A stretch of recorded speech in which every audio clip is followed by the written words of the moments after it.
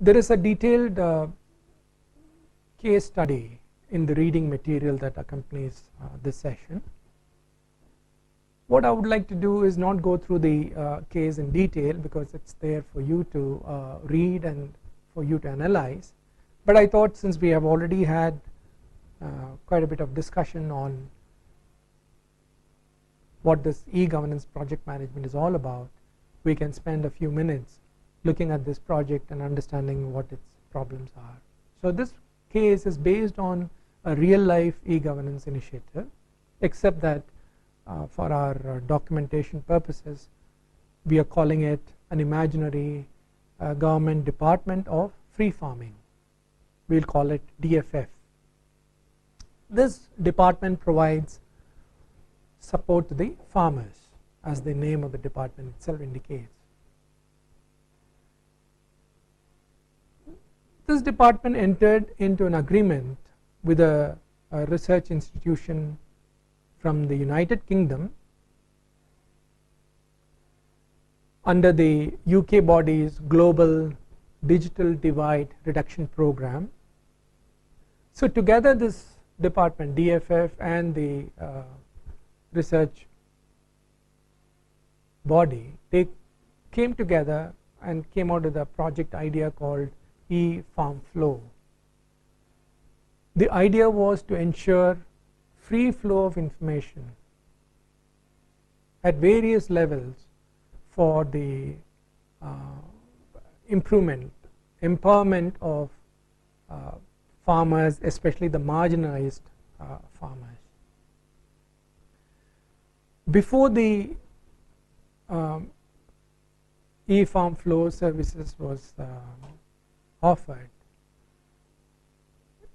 the farmers had to rely largely on traditional knowledge. They had to rely on local vendors, informal channels of communication and information. Mostly they relied on vendors, the shopkeepers who sold fertilizers, seeds, and so on, for solving their problems.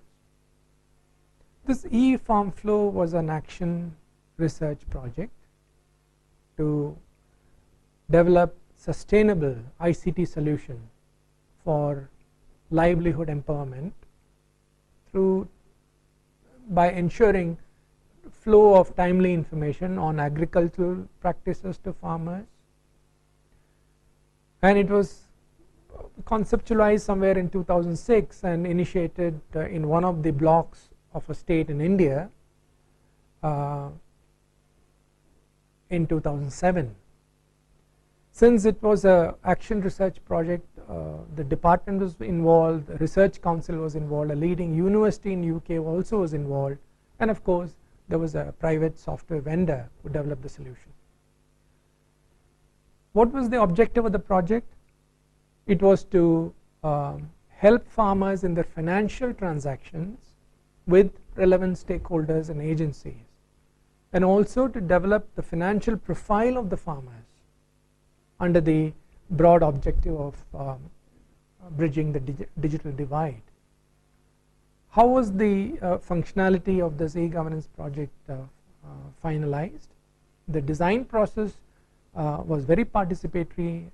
The farmers were invited, all the project stakeholders, the project sponsors, they were involved in intense discussions, participatory techniques like focus group meetings, interviews, and so on. The focus always was on designing the solution, keeping in mind the farmers' needs and local realities.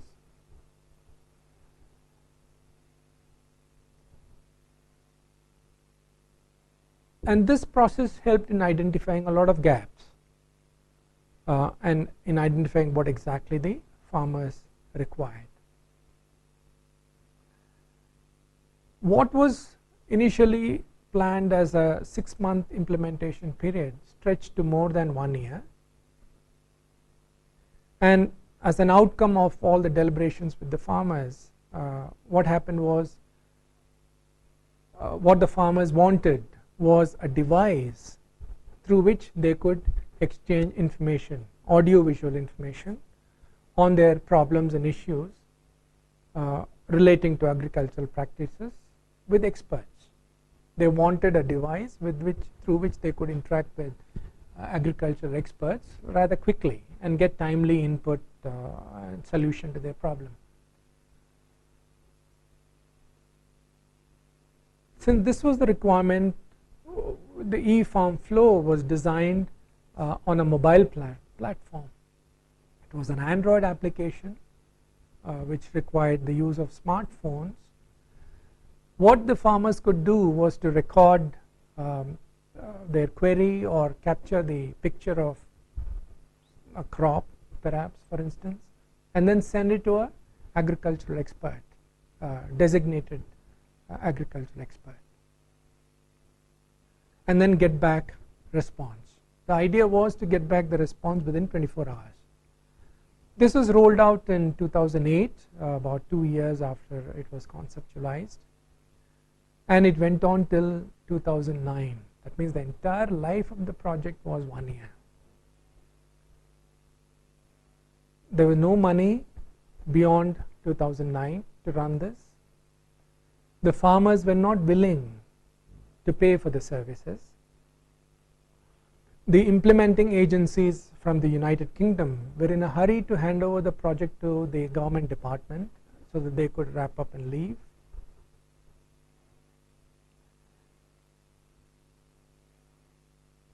There had been no plans to have a permanent structure for managing this project, for the continuation of this project.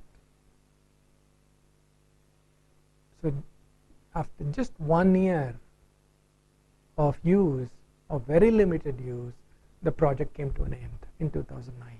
Like I said, this is based entirely on a live project.